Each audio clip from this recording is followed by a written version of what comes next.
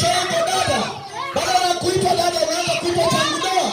Siku hizi mambo yanabadilika. Vijana hata watongozi wanakwambia dada, nina shilingi 20,000, nina shilingi 30,000. Dada, kweli wewe umebadilika. Umekuwa bidhaa.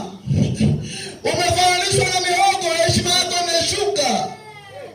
Umefananishwa na sambusa, wanasema ni 20,000. Unapimwa bei kama nguruwe anayenunuliwa. Unapimwa bei kama kuku anayenunuliwa.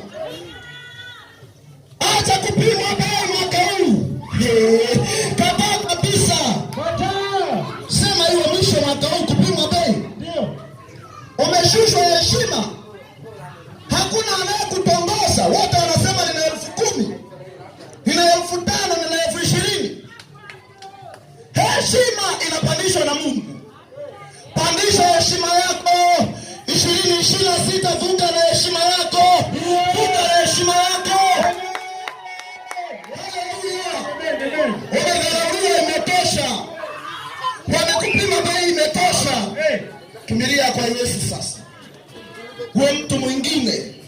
Kijiji chako heshimiwe. Wazazi wako wapate heshima. Haleluya, haleluya. Bwana Yesu amekuja ili wawe na uzima kisha wawe nao pale. Sio nusu. Kwa jitahidi. Haleluya. Amen. Tuko pale kanisa. Bwana amenituma mahali hapa. Takuhubiri neno la Mungu hili. Kwa neno hili utabadilika. Kwa neno hili ukinisikiliza utatajirika.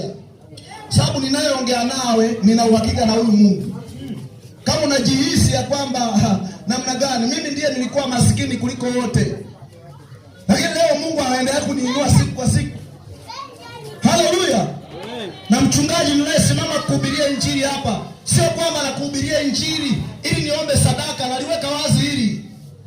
Mimi nimekuja kukuhubiria injili uingie mbinguni. Kama ni kwa habari ya fedha na mali tutaviacha.